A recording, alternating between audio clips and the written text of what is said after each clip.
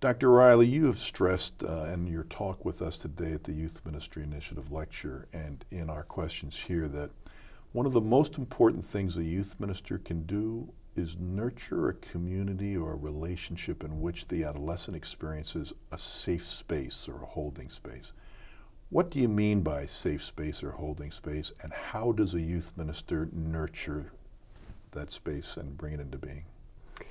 You know, to me, a safe space means that I can go into the space with you and be who I am at that moment, that I can reveal to you different facets of my personality, of my values, of my feelings, and that you will still accept me, and that you will still be willing to listen to what I have to say. In terms of how that happens, I think it's important for us to think about how adolescents process their experiences.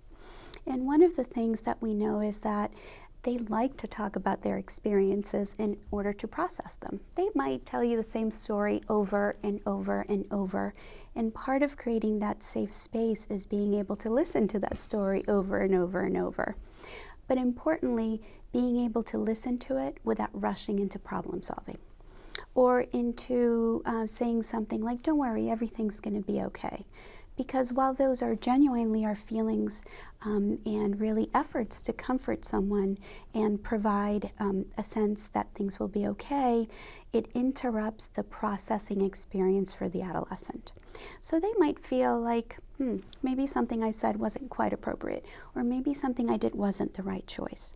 So if they're allowed to be able to communicate how they're feeling at the moment, freely, without judgment, and really having the adult allow the child to guide the pace of the conversation, that can be incredibly healing in and of itself. The important thing about that is that you don't have to have the right words, or you don't have to conduct an intervention in the moment. I think the listening part, reflecting back what you're hearing to make sure that you heard it correctly, and tolerating the intensity of the feelings that the child might be conveying are incredibly therapeutic in and of themselves.